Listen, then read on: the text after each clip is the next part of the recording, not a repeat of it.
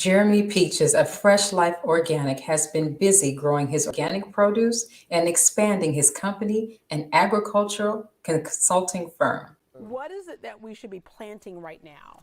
Right now we should be, and this is the best time of year, spring. We should be planting tomatoes, peppers, eggplant, all your different herbs, your sages, your cilantro, your basil, different varieties of these things. So this is the best part of the year to grow almost anything. Yeah.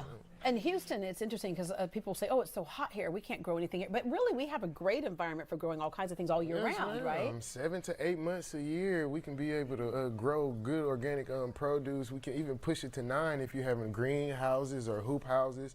Most of these things were picked this morning, so it lets you know with our change in weather, our vegetables hold up in this climate. Yeah, so you like a lot of this stuff here was picked this morning? Yes, ma'am. It was picked fresh this morning. Some of it came from our family property, our family farm.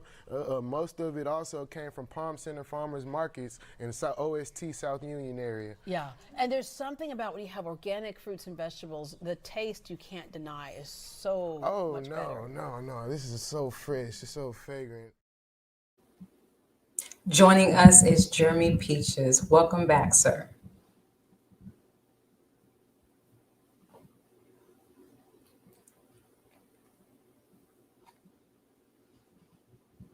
Now, Jeremy, how has the garden grown since we last spoke?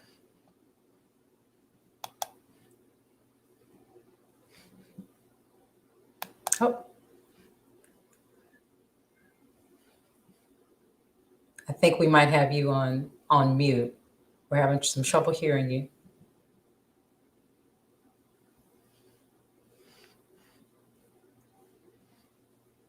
Okay.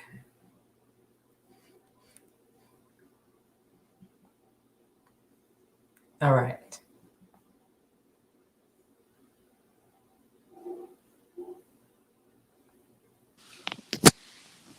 I can Can hear you you hear me now. now? Yes, sir. Okay, it's All right. perfect. Yeah, my apologies. So right now we have about 3 acres planted of seasonal organic vegetables. Most of the vegetables for spring and summer.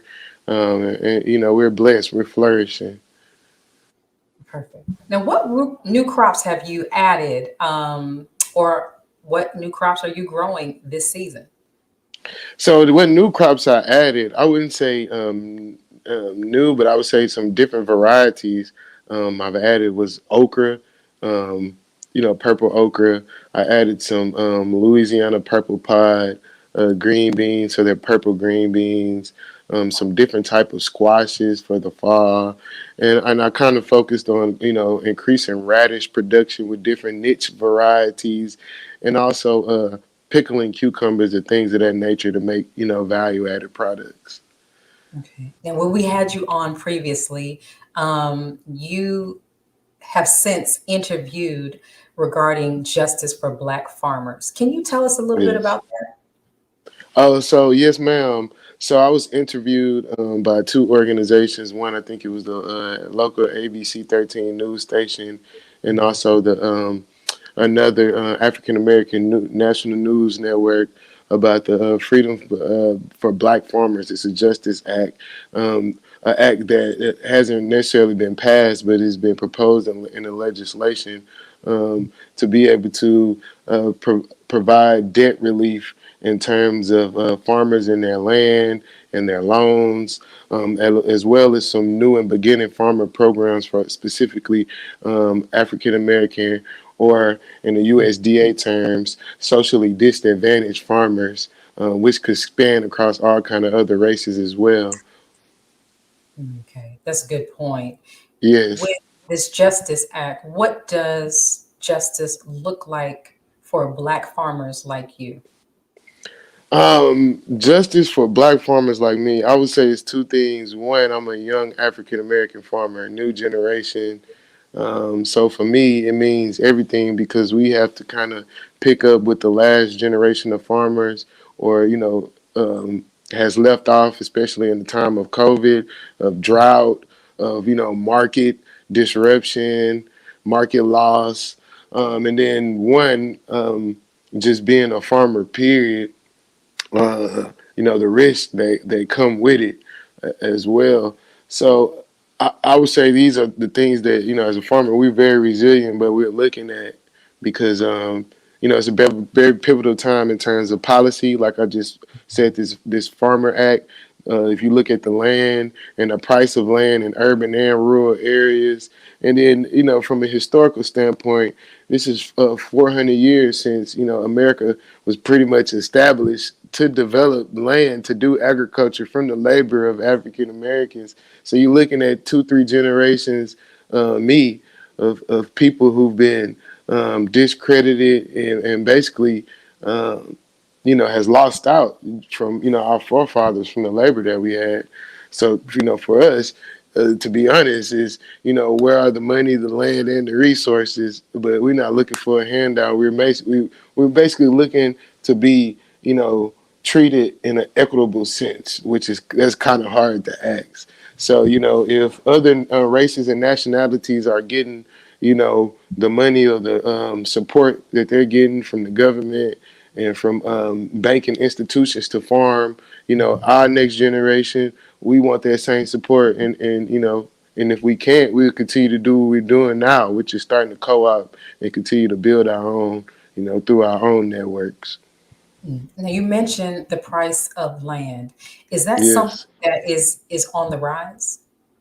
Yes, yes, and, and I don't want to give him too much attention, but Mr. Bill Gates just bought all the land, a lot of land throughout America. One of the richest guys, so they say.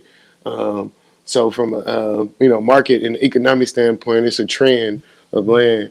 Um, but African Americans, even my family, we've owned a lot of land. We've lost it through the air property system. That's another part of that bill, which air property is in land that's passed down, and you go through all these hoops with your family members. Um, we've gone through, pretty much limited access to a lot of these things. So we're at a point to where the price of land is going up, and the price of and the inflation on products, even the farm, is going up and up and up. So if there's no real stability, or if we don't have access to land to produce our own food, it's an issue. And then when you look at from I'm an urban and a rural farmer. When you look at the urban perspective, growing inside of these cities, the price of land for an acre lot may be $20,000, which is Houston. And then you go to the rural areas, you probably could get land for cheap, but then you need the capital and things to develop this land and to keep it going. And then you need labor. So land is quintessential, and one of the things that we're doing to circumvent that is to use more. I would say futuristic or non traditional ways of farming and growing food. Gotcha. All right. Now, I was doing some digging and on a music video that was put together for Soul Food Vegan. Can you Soul talk to food us? vegan. Yes. Can you talk to us about Soul Food Vegan and your budding rap career? Right. So actually, I've been making music for 10 to 12 years. I probably have hundreds of songs. I never released them. I never put them out. To me, it was always a therapeutic thing. But recently, I had the opportunity to film a documentary, and I was just at a space in my life where I was like, "Hey, I want to start making musically that's culturally relevant to my age, to my group, what we're doing." This whole group of like health enthusiasts, laid back, vegan, biking, all what my generation is. I call us the indigo children. So, so yeah, I just started making songs about my life. Like I eat at a restaurant in Houston called Soul Food Vegan. The owner is one of my friends of mine. So I made a song about Soul Food Vegan. I pulled up to the tray on the Saturday, ordered barbecue mushroom and moringa steak. You know, so that's eating healthy vegan food, and I made a song about it, about the restaurant. I made a song called Life of a Farmer and Greenhouse. I made a song called Icky about health, And I talk, if you actually listen to the songs too, I talk about us, in our enslavement and a lot of things that we Yes. go through. So yeah, check me out on iTunes, Spotify, everything, Hulu, Google me.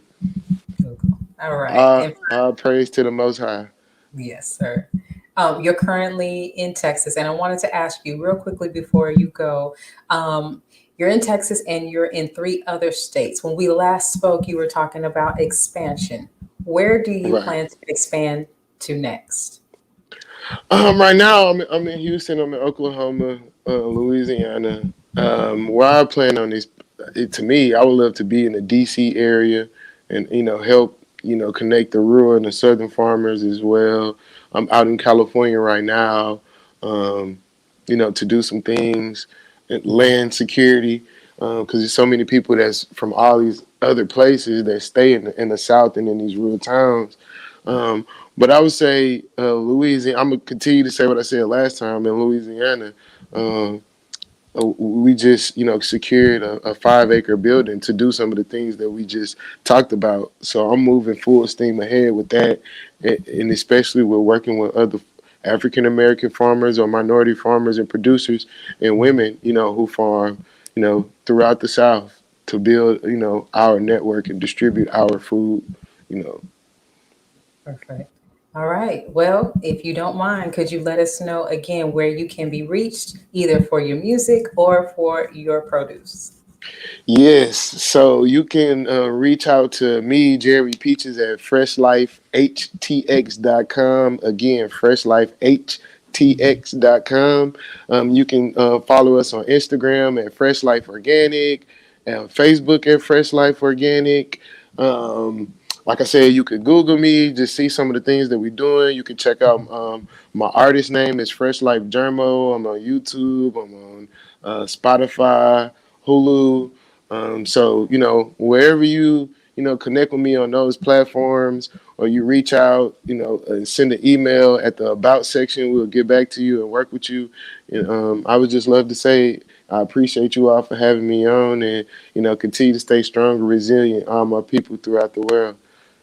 Yes, sir. Thank you for joining us again, and we look forward to having you back again in the future. Yes, yes. Hopefully, I get you all to play some music. Yes, sir. Thank you. All right. Let's pause for announcements from our sponsors. Coming up, NNV weekly contributor Brian E. Muhammad will be with us for 2 segments for the Global View. We'll be right back. Be a part of the force that powers truth in journalism. Go to nnvnews.com/donate. Be a part of the force that powers truth in journalism. Go to nnvnews.com/donate.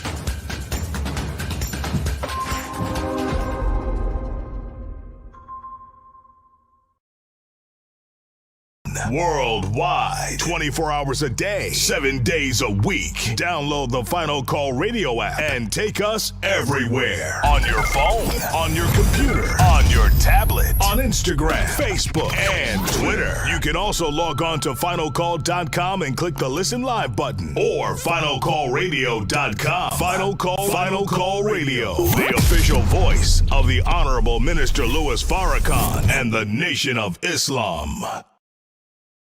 Please share your thoughts with us in the comment section below. Follow us on social media at NNV News, and please subscribe to our YouTube channel at National Network View. I am Anissa Muhammad with nnvnews.com.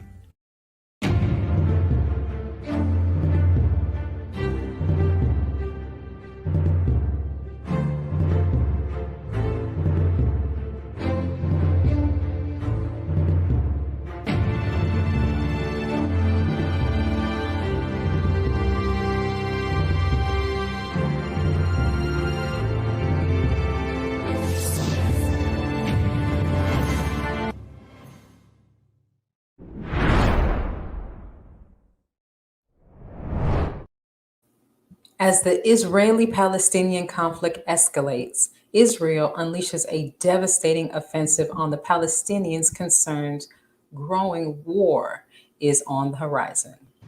Meanwhile, the UN is warning the Israeli-Palestinian conflict could be headed for full-scale war. The U.S. Embassy in Jerusalem is urging staff to stay close to bomb shelters due to the threat of rocket attacks as the State Department tries to de-escalate the situation. Overnight, the sky igniting with Israeli airstrikes and Hamas rocket fire. As Israeli warplanes howled over Gaza, this salvo of missiles ripping into this 14-story building. Drone video flying over the debris fields. Israel said it was targeting Hamas infrastructure, but warned civilians before bombing. Palestinian health officials say over 80 people have been killed, including Hamas operatives, but also dozens of civilians and at least 17 children, nearly 500 wounded. Hamas has launched over 1,600 rockets towards Israel the past few days. Those rockets targeting the Tel Aviv metro area where nearly half of the population lives. A Palestinian rocket hitting this Israeli apartment building. Rescuers scrambling to get people out. Some brought out on stretchers. Is Brian E. Muhammad. Greetings, Brother Brian. Greetings, Sister Rosalind. Yes. Good to be back. Good. Your Final Call News article is entitled War on the Horizon. Israel unleashes devastating offensive on Palestinians. Is Israel escalating the conflict by amassing ground troops in this latest offense? Well, it is. I mean, Israel is doing what Israel has always done. The amassing of ground troops against a defenseless Palestinian people, it tells the story of the lopsidedness of Israel. I mean, they say that they're fighting the resistance group Hamas, who have been shelling rockets really in self-defense, not even in offense, but in self-defense of what Israel has been doing to the occupied population of Palestinians. And so by them putting ground troops along with this bombardment of air raids that have been going on since the 10th of May, it only exacerbates things. And it's only, again, a testimony of what Israel have always done. Now, the Israeli Defense Force announced in a May 13th tweet that IDF air and ground troops are currently attacking the Gaza Strip. How does the buildup of Israeli troops compare to the 2014 Gaza war that killed an estimated 2,100 Palestinians? Well, again, it's, it bears witness to the viciousness of the occupied forces of Israel. When we look at the Zionist state of Israel and we look at the situation in Palestine, it is a situation of an occupier versus an occupied people. And so in 2014, when things escalated then, they went all out and was killing like it was no tomorrow. And, and of course that number is a heavy number, 2,000, and both women and children were in that number of dead. And most of these were civilians. These were not what you call militants. These were not, again, the resistance fighters of Hamas or Islamic Jihad, who are over there defending and over there fighting the occupiers of their land. These are mostly civilians. And so this really is comparable because of the day after day, night after night bombardment, even against the demands of the international community that is saying to Israel, you must stop this, and the only ones that are not saying this are the only ones that are bucking against the world demand for a ceasefire even is Israel's main benefactor, which is the United States of America. Okay. Now, more than 200 people have already been killed, most of them Palestinian, and as you mentioned in the previous one, some of them children. Why has Israel carried out attacks without regard for the innocent victims and essentially the collateral damage? Well, they, because they really don't give a damn about the Palestinian people. Remember, Israel have been given this land 73 years ago in 1948 by the United States, by Britain, and the other nations that belong to what was then called the League of Nations, which is now the United Nations. Again, as we talked about on this program, the United Nations before, and its lack of ability to deal with these kind of atrocities, one, because much of it was they were a part of it in the beginning, but Israel don't see the Palestinians as people. Israel sees the Palestinians as animals and less than themselves. So when you don't see a fellow human being as a human being, then you will do what people do. If you see them as cockroaches, what do you do with a cockroach? You see a cockroach running across your room, you're not about to have negotiations about how to coexist with it. No, you're gonna either spray it or go step on it. Right. And that's what the Israelis are doing to the poor Palestinian people. Mm-hmm. What parallels I feel like they're obvious, but what parallels do you find between the treatment of the Palestinians in Israel and Black Americans here in the United States? Well, we are an occupied people as well. Unfortunately, because in the making of a slave and the violation of our humanity, we have been made to be disconnected from the reality of who we are. So we don't see ourselves as a colonized people. Black people see ourselves as Americans who are just in some circumstances, but it's worse than that. So our comparison to the Palestinian people is that we are also a marginalized people. We are a people who are under the act of genocide in many ways, different ways. So we compare very well to the Palestinian people. And that means also that we should also be in support of the Palestinian struggle, as they came in support over the last year over the killing of George Floyd, when the rest of the world rose up against what was going on with Black people in this country and the police genocide against us. The Palestinian people was also in that mix. So this is the time for the suffering masses of the world to connect. So we have a similarity that can bring us together. Okay. Now, Hamas confirmed the Gaza Brigade commander, Bassem Issa, was killed in an Israeli attack. How will Hamas respond to the killing of their leader? Well, they said that more of their own will willingly die. See, we have to understand that these are people who recognize that it is better to die than to live the life of a slave. It is better.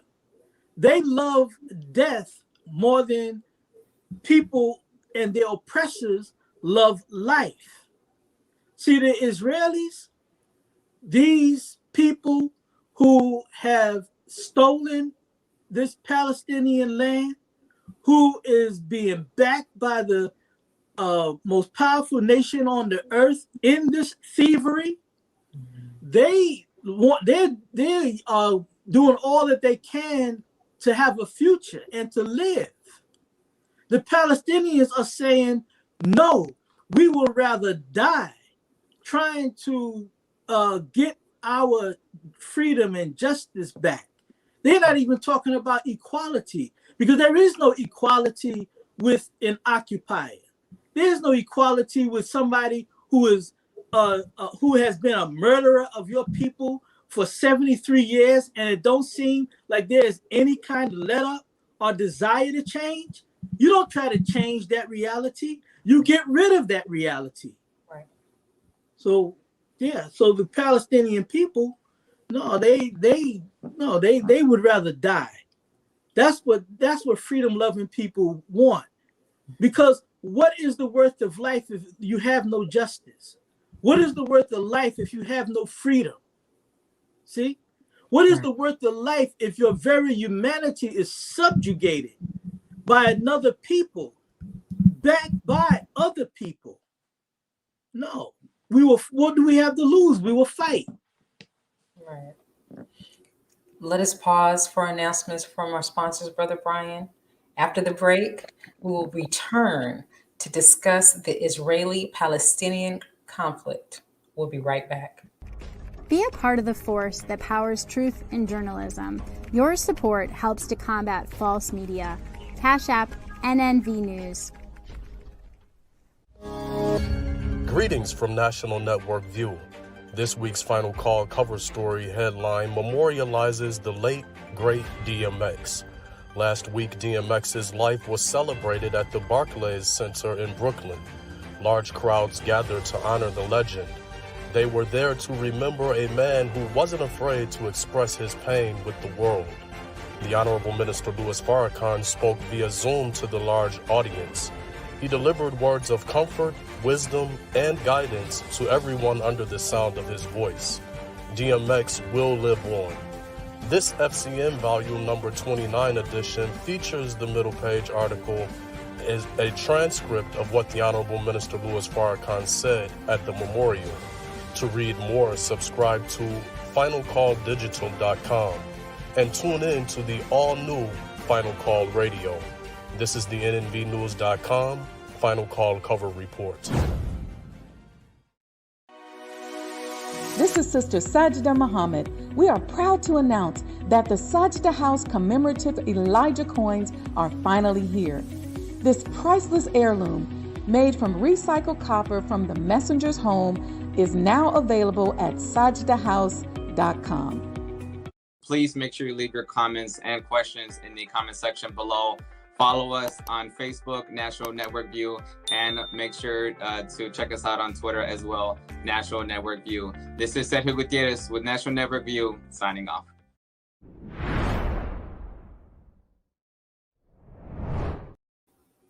In the past months, Israel has attacked Palestinian Muslims during the holy month of Ramadan, demolished houses, and evicted Palestinians from their homes. Israel is the armed thief who has entered our house and is terrorizing our family. It destroys our homes, oppresses our people, generation after generation, decades after decades, and then claims a right to security that it denies us. Rejoining us is Brother Brian Muhammad. All right. Greetings, sir. Israeli police blocked Palestinian Muslims from gathering at the Damascus Gate in Jerusalem's Old City as the holy month of Ramadan began. Israeli police also fired tear gas at the Palestinians who were there at the Al-Aqsa Mosque. Did Israel's treatment of the Palestinian Muslims during the holy month of Ramadan escalate the Israeli-Palestinian conflict? Well, it did. It did. I think it added to a number of issues that was already going on. But I think that with the attack at Al-Aqsa Mosque, which is the third holiest site for Muslims in the world, behind the two holy sites in Mecca and Medina, when they did that, they angered the world especially during the month of Ramadan, because this was captured on international broadcasting. So the world saw this defilement of the third holiest place of Islam. And the problem is that it exacerbated an already ongoing problem at that site, because at that site is the third holiest site of Islam. Plus, it's a site that's revered by the Jews as well as by Christians. And so that was for a long time kind of like an off-limit kind of place when it came to this ongoing disagreement between the two peoples. And so when I'll put it in this context as well. When President Trump decided that he was going to do what no other president have done before him, even though it was put on their table, but none of them ever signed off on it, which was to move the American embassy to Jerusalem, and then to recognize Jerusalem as the undivided capital of Israel, which is problematic because Jerusalem is something, again, that's revered by Muslims, Christians, and Jews. So that should not be the undivided capital of any one of them. That has to be a shared space. So when they made that move, it became an arbitrary space for the Jews. And this exacerbated a problem that has been going on, and some other things that's been going on recently as well. As you talked about you didn't talk about it yet, but the eviction of Palestinians from a particular area in East Jerusalem. But it led to this ongoing problem between the people.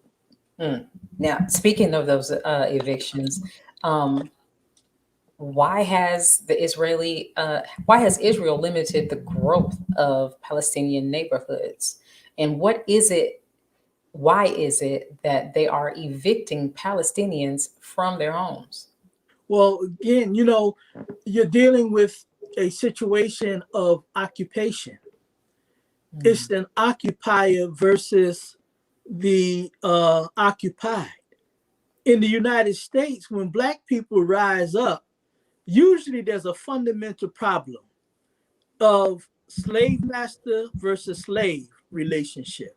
Even in the 21st century, there's slave master versus slave. So the reason why they are evicting, because these settlers want to come in and they want to take the properties of Palestinians and move Jewish settlers into those properties. They don't want to legitimately buy the property, go in and offer the owner money and legitimately buy anything. They take it. And so at the beginning of May, there was a court ruling in Jerusalem where a judge allowed 6 families to be evicted, or rather removed. I don't even want to use the word evicted. They were removed. Backed by the legal system, removed from properties that they lived in for a number of generations now. See? And so when that happened, people began to protest, because that happened to 6 families, but all of the other Palestinian families who were in that area is under the same threat. So they began to protest that. And so this is where where that problem came in. But the underpinning of all of that in that area, sister, is that being that the Jews want Jerusalem as their own, they're making moves to keep annexing people's land and properties until the Palestinians are pushed out and the Jews will come in. And it exacerbated that problem there, because those Palestinians who lived in that community were there. They were other displaced people who were displaced back in 1956 from other areas under this move that the United Nations made to place these European Jews in Palestinian land. So now you got displacement on top of displacement. The Palestinians in that area is saying, hell no, it's not happening to us again. And so, again, they're fighting rather than just laying down on it. That's right. Now, why do you think Israel has decided to carry out airstrikes at this particular time? Because they can. Because they can. They know that at the end of the day, the world community is going to pay lip service to the Jewish onslaught of the Palestinian people.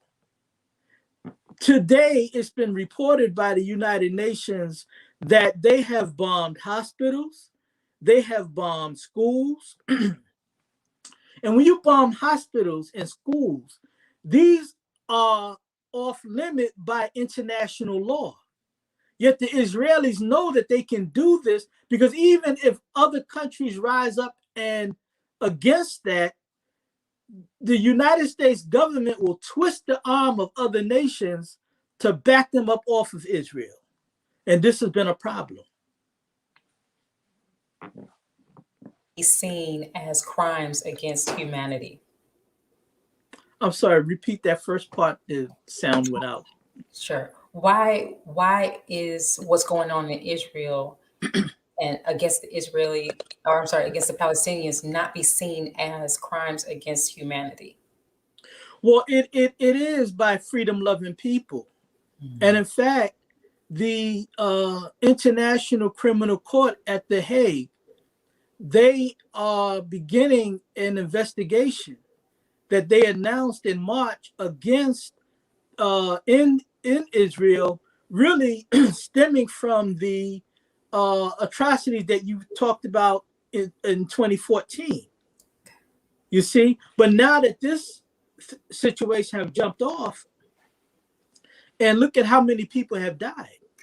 Look at how many people graves are now under the rubble of stone after the bombing of these buildings there this week, just in the last 10 days.